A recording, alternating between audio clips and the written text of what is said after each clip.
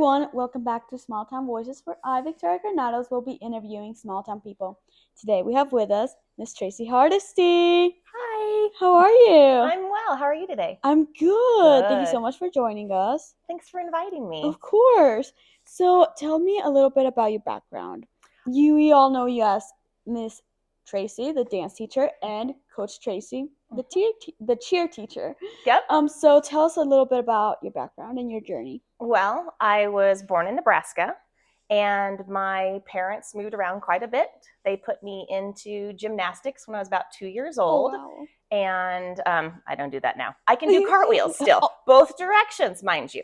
Wow. But that's not my forte.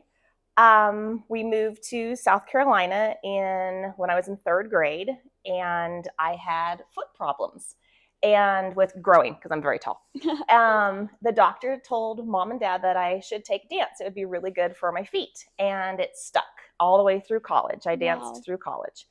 And when we moved here to Yuma right before my freshman year, dancing was a little hard to come by. So cheer just kind of seemed like the natural fit for me. And I did that in high school. And so that's kind of what gets me here with a little bit of background Nice. to Yuma. Wow, that's wonderful. So, how did your journey lead you? You've been doing it, you really liked it. How did your journey just lead you to start teaching here in a rural community? I followed my parents to Colorado State University. I thought it was kind of easy to stay in Colorado and comfortable. I used dance as my mainstay. It was a minor in dance, and then I kind of flitted around with different things to major in. Settled in retail, which moved me through Colorado. And in about 2012, changes in life and changes in decision, wanted to get out of the corporate world, moved back to Yuma, had nothing really to do. So I helped a girlfriend with dance, and she moved on, and I started my own business. And then a couple years later, I bought a building on Main Street, right downtown, and introduced gymnastics, and then built onto that building and have a gymnastics building there. I think my cheer started, I had a couple of young ladies I was teaching, and they asked if I would even be willing to start a dance program at school so they could do halftime dance performances. And there hadn't been a cheer program or anything like that for a couple of years. Wow. So that was in 2015, and they still have a cheer program that I kind of built into our school. Nice. I did not know that you brought it back. Yeah. Wow. Yeah. So what's one defining moment that made you decide this is what I want to do? This is what I want to be. This is what I want my life to be. That's a funny question. I actually don't think there was one aha, this is it. I probably every other day wonder why I'm even doing this. It's just oh my goodness. But on the flip side of that, every single day, like you even said earlier, Miss Tracy, or the performances or the hugs, the littles that don't recognize me with my hair down, they recognize me with a big old messy bun. It's those little moments that I cherish. And so it kind of threads through my life as, yes, this is it. This is what you're meant to do. Girls, I've been doing this for over 10 years, so they remember things or remember stories, they remember choreography or special little significant moments, and that it's instead of for me. And that's just it. You can see it in my cheeks right now. I'm so happy that this is exactly where I'm supposed to be. Absolutely. Yeah. So who are some of your mentors or role models that because right now you are a mentor and a role model to a lot of young of those, the girls that have been with you since they were in preschool up to graduation now. Who were those people that really helped you? Yeah. In South Carolina, I had a jazz and hip hop teacher. Her name was Linda Busby, and she was so tall and so beautiful. And I figured she had to be a rockette. She probably was. I mean, I was little, I don't even know. And I wanted to be just like her because I knew I was tall. And then my ballet teacher, Kendall Griffith, she didn't just teach me how to dance. She taught me the why I dance, that inside motivator. So I think those two started forming me. And then a man, this sounds very interesting. He is actually, well, to introduce him, everyone thinks of Mikhail Baryshnikov in ballet as like the ultimate male dancer, and which is true. Edward Villela is an American male dancer, and he was teaching at South Carolina's Governor's School for the Arts, which I was introduced to and got invited to one summer. And he noticed me and physically like helped me with some technique and stuff like that. And to be noticed by somebody so important. Yes. And I'm just a child. Yeah. And he gave me critical feedback. And so I learned that from him, that every person matters. And like, if you notice a person and can give them feedback in any capacity, it allows that person to be seen, allows that person to be heard. And I feel that was like the change in my life. I actually thought I was going to be a professional dancer at that point in time. And just because he made that pointedness to be like, Tracy, and knew my name and corrected my arm. And it was empowering as a young lady. So wow, that's awesome. You got to meet a celebrity. Yes. That's so cool. Wow. So you were dancing with big shots and you were doing a lot of really cool stuff. What makes, teaching in a dance and cheer in a rural community any different from all those big schools? Because it's two completely different environments. Yep, very much so. I feel that rural community is about location, location, location. And because of that, and having the opportunity to cheer and dance is that word in itself, opportunity. If there wasn't a dance program, children wouldn't have that opportunity to dance. If there isn't a cheer program, like before, girls and boys, I have a male cheerleader, wouldn't have an opportunity to cheer. So they wouldn't even have this chance to experience and be educated in something, and to move forward in their lives with even just a taste of it, or maybe that's something they want to try for the rest of their lives as well. So I just think being in a rural community, kind of in a segue in another direction, it's so important to have that opportunity, to have that choice. And with that, I think being in a rural community, you get those choices. Yes. You don't have to be pigeonholed into, well, I'm not going to play basketball, so I'm going to cheer, and that's it. That's the only thing for me. That's the only option. Here, you can be a girl, you can play flag football and volleyball and little mini cheerleaders and dance, and you can just experience everything. I mean, it's like we are that little melting pot of opportunity for kids. Absolutely. And it makes it like it's really comfortable, in a rural community, because everybody knows everybody. Your teacher's like your friend. Absolutely. Because those little girls treat you like, we're family. Yes, exactly. Absolutely. So how does the community support you and your program?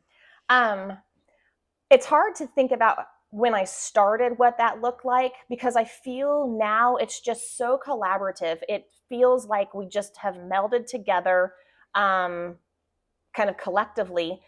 I feel there's 100% support, an equal give and take between the community members, the community entities, and me for dance, as well as for cheer. And I think in my particular field, and maybe in many others too, I guess, I feel very blessed that it's cross community. We can have this small town and the small town I coach in, the rivalry is collaborative, and we work together and we do things together. So I feel that I'm very blessed to be in this community that I live in and I graduated from. So I call it home. Yes, totally. Yes. And like moms help you, support you, and preparing the programs, and that's wonderful. Yeah, right? Huge. It's like and working together with other businesses and stuff like that too. It's this nice little tiny conglomeration that makes things successful. Yes, absolutely. Yeah. So what challenges do you face in terms of resources, space, or exposure for your students? I feel I'm very lucky. I have my own building, and so that helps a lot with studio space here in Yuma. And it's large and easy to find. It's got Front Street, Main Street, which anyone wants to be on Main Street, no matter whatever town you live in. Main Street's an icon for things. And I have great resources. Yes, most of them have to be outside, but because of the what I do, you have to order stuff from a different company. So, but I feel pretty lucky. I've got a cute little space in Ray, and then access to auditoriums. I know sound people and people that can handle lighting. And maybe that's another perk of the small town, is the challenges aren't as bad for resources because you know somebody, and that somebody is your friend. It's not just, thumbtack online or whatever. It's like, who can help me with, glass repair? And you're like, that person has 5 stars. Oh no, I totally know, somebody down the street. Totally. So I think that has helped. I haven't struggled with many challenges. And I pray not to have to deal with them. Totally. No. Wow. So, you like handling your space and all that. How do you foster all the opportunities for your dancers and cheerleaders beyond your students? I encourage outside opportunities. I think the biggest impact is helping both my dancers and my athletes get into dance programs past small town, and give them experiences outside, get them to college or school in some capacity. So I think if they have that extra opportunity, I think it helps them to focus in the future as well. I've had dancers come back, they're like in college and they want to cheer or they want to be in a dance program. And that's where I think I've facilitated them to move into that direction a little bit more by giving them real life examples, or helping them prepare for a tryout for those particular instances.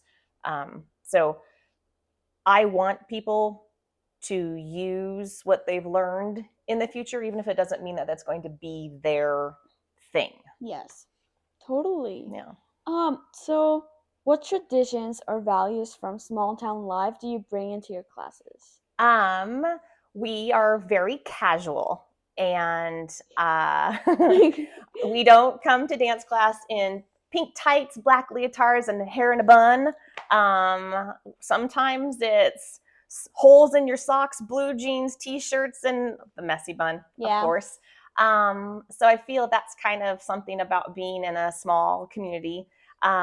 And also I feel that if you can't encompass that and you can't be a little bit laid back, then you're not really being small town. Yeah. And I have to absorb athletics and agriculture and other arts and other things going on in life.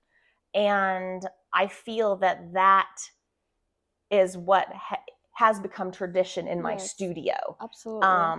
And I love, I have girls in high school and going into college that ask me to write letters of recommendation.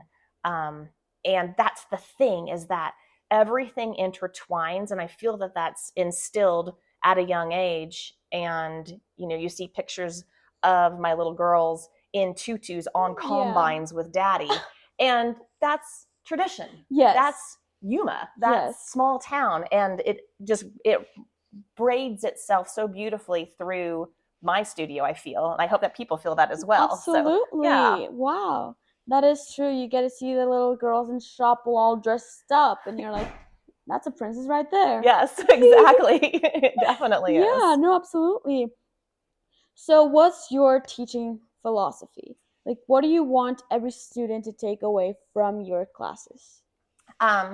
I want them to know that they've been seen, know that they've been heard, and that they are valuable all the time, because they're precious. And I want them to know that they're special. I think that's the most important thing. Yes. Yeah. So how do you have your own job besides coaching cheer and teaching dance. So how do you balance discipline, fun, and creativity in your practices?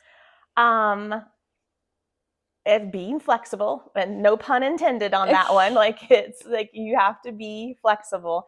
I have to be flexible. I feel like it's a gauge of how my students are feeling. I know that I have deadlines on certain things because you have a performance coming up or something like that, but the weather changes, or kids are sick, and I feel that you just have to kind of go with the flow of how the students are feeling. Yet I believe people crave technique and can't think of the word. Like, I don't know, be in line, stand on your dot, that kind of discipline. Yes, discipline. Great, that's the word. They crave discipline. They learn from discipline as well. So that, and dancing's fun no matter what. So I mean, that kind of helps on that aspect of it. And allowing movement is creative.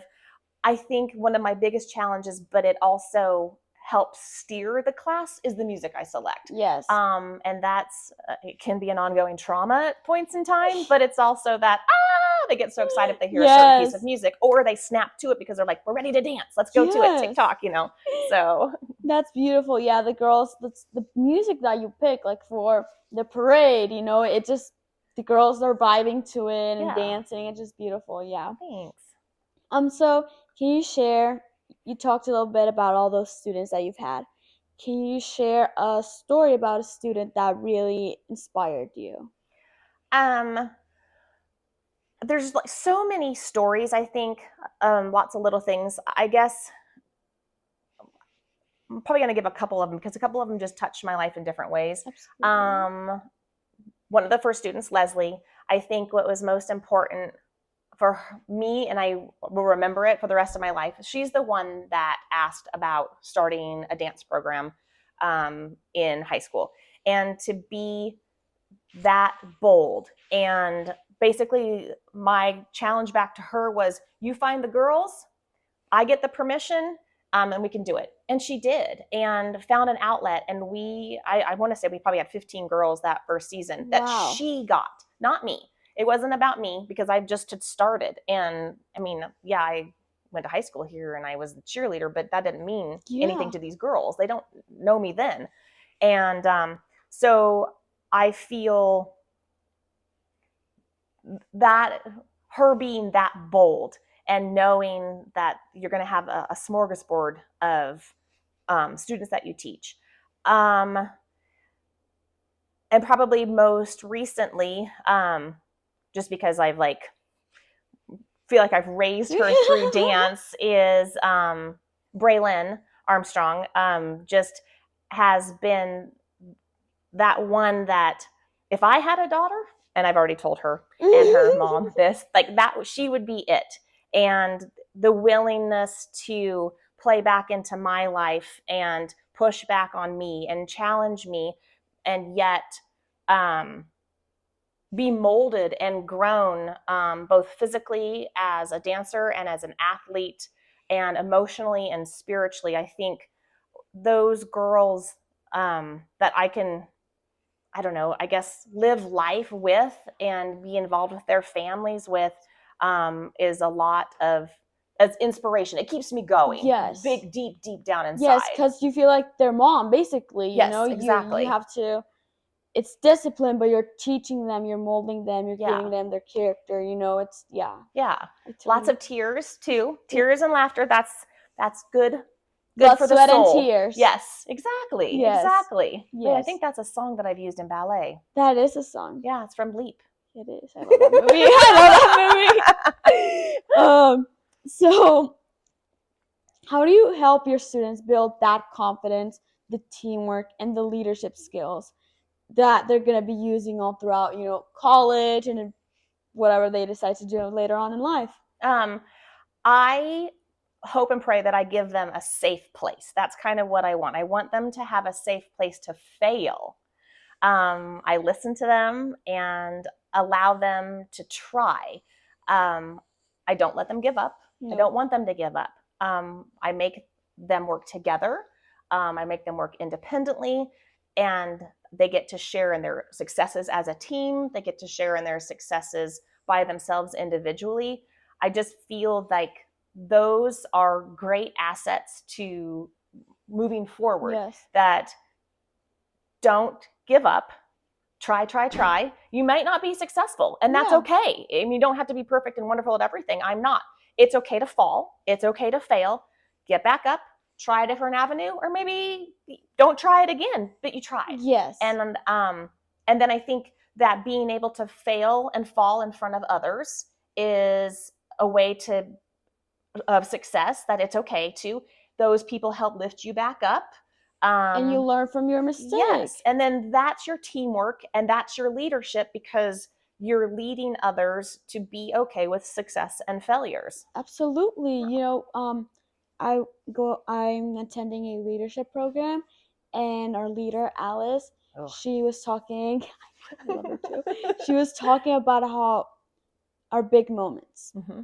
It's not mistakes. It's big moments. Mm-hmm. Absolutely. Opportunities. Great moments. Yes. Because you're learning from your mistake. Mm-hmm. Those girls, if they, stepped wrong, they're not going to do that again, know? And that moment's there, and they'll always remember how their parents, and how their friends lifted them up. Yes. In that moment. Absolutely. And then being part of that with somebody else, and knowing that it's not just you that might fail. Somebody else is going to fail, but you collaboratively have to help each other and keep bringing each other up, rise to the top. Yes, totally. So, what do you hope your dancers and cheerleaders remember most about their time with you?